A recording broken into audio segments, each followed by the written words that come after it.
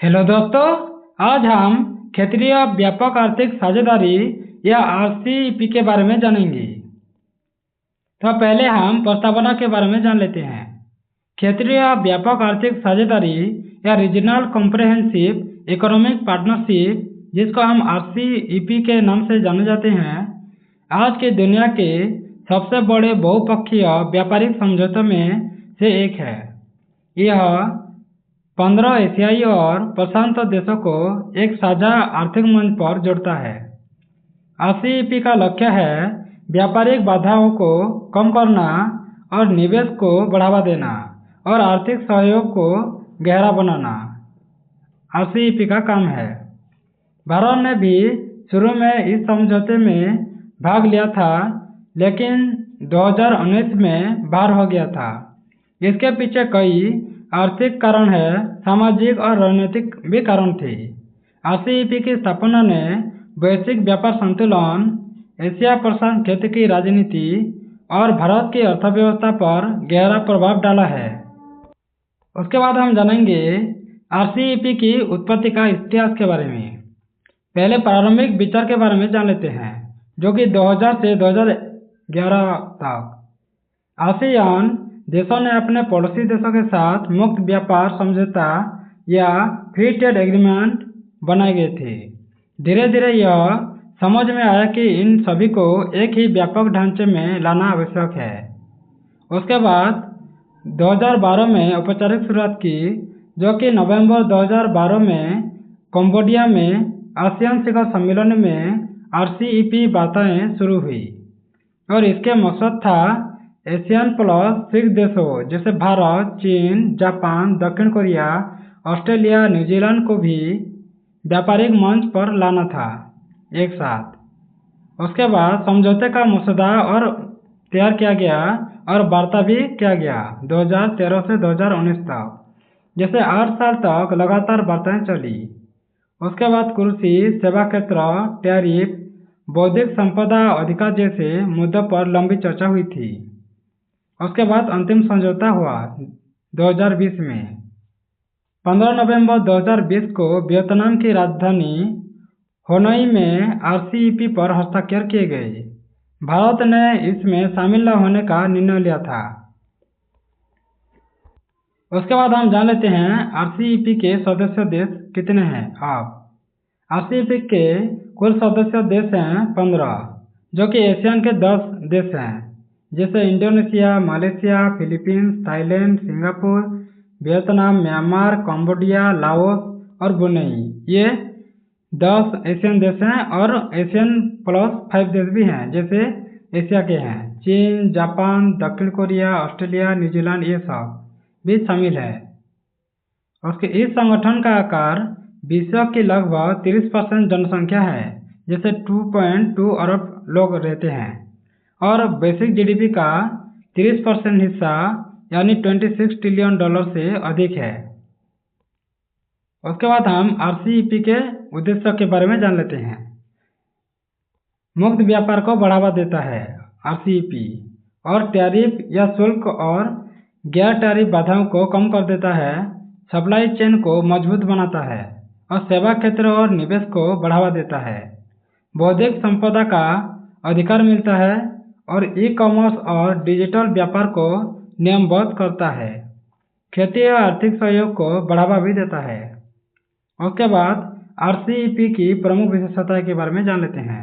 यह दुनिया का सबसे बड़ा मुक्त व्यापार समझौता है। इसमें विकसित, विकासशील और कम विकसित देश सभी शामिल होते हैं। इसमें कृषि की उद्योग, सेवा, निवेश, तकनीक सभी क्षेत्रों को शामिल किया गया है। इसमें चीन, जापान, दक्षिण कोरिया जैसे प्रतिद्वंदी देश भी एक साथ आए हैं।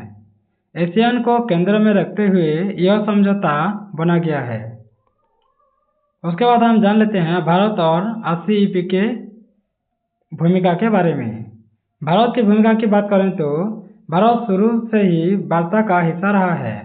भारत चाहता था कि आरसीईपी में उसकी सेवा क्षेत्र जैसे आईटी, हेल्थ केयर और एजुकेशन को प्रमुख स्थान मिले। उसके बाद भारत ने क्यों छोड़ दिया था, आरसीईपी के बारे में जान लेते हैं।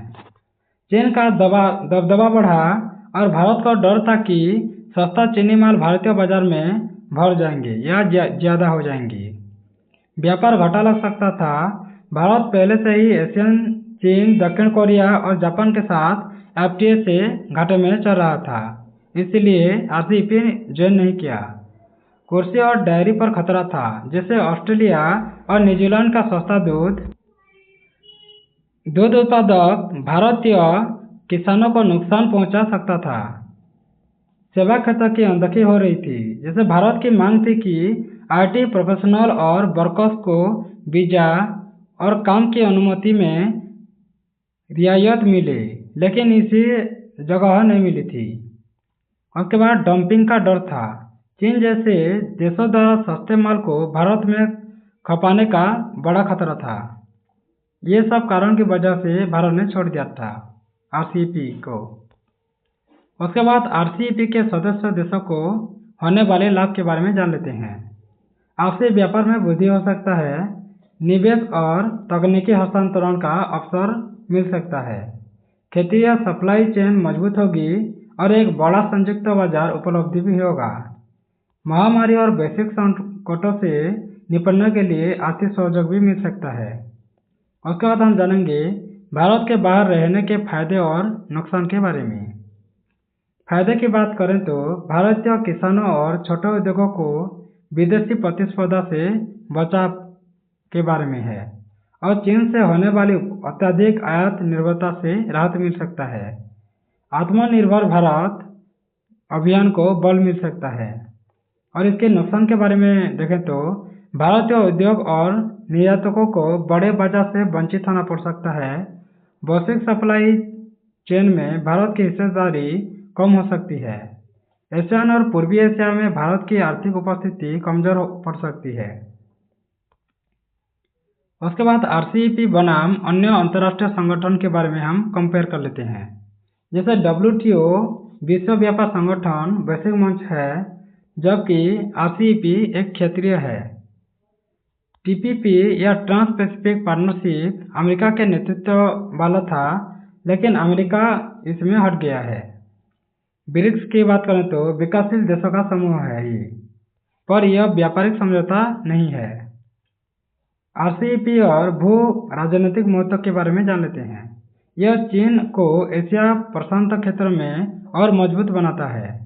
अमेरिका की इंडो पैसिफिक रणनीति को चुनौती देता है। जापान और दक्षिण कोरिया जैसे देशों को चीन से जोड़ता है। भारत के अनुपस्थिति से चीन को बड़ा रणनीतिक लाभ मिल सकता है। उसके बाद हम जान लेते हैं भारत के लिए विकल्प क्या है। बायोलैटरल एफटीए जैसे भारत अब यूके, ईयू, यूएई जैसे देशों से अलग अलग एफटीए या फ्री ट्रेड एग्रीमेंट कर रहा है। उसके बाद एक्ट ईस्ट पॉलिसी कर रहा है, जैसे एशियन देशों से स्वतंत्र साझेदारी चल रहा है। इंडो पैसिफिक सहयोग चल रहा है, जैसे क्वाड में भारत, जापान, ऑस्ट्रेलिया और अमेरिका के माध्यम से सहयोग वृद्धि हो रही है। उसके बाद आत्मनिर्भर भारत और मेक इन इंडिया जैसे घरेलू उद्योग को मजबूत कराने पर ध्यान दिया जा रहा है।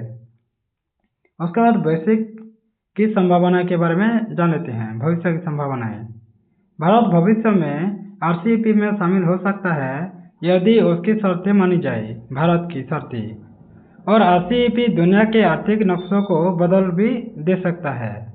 भारत को सेवा क्षेत्र, डिजिटल व्यापार और रणनीतिक साझेदारी के जरिए अपना प्रभाव बनाए रखना होगा। उसके बाद निष्कर्ष। आरसीईपी आज एशिया प्रशांत क्षेत्र का सबसे बड़ा आर्थिक गठबंधन है। इसमें शामिल देशों को बड़ा लाभ मिलेगा, लेकिन भारत ने अपने किसानों, छोटे उद्योगों और व्यापक हितों की रक्षा करने के लिए बाहर रहना पड़ रहा है। हालांकि भारत को लंबे समय से इस बात का ध्यान रखना होगा कि वह वैश्विक सप्लाई चेन और क्षेत्रीय व्यापार में पीछे न रह जाए।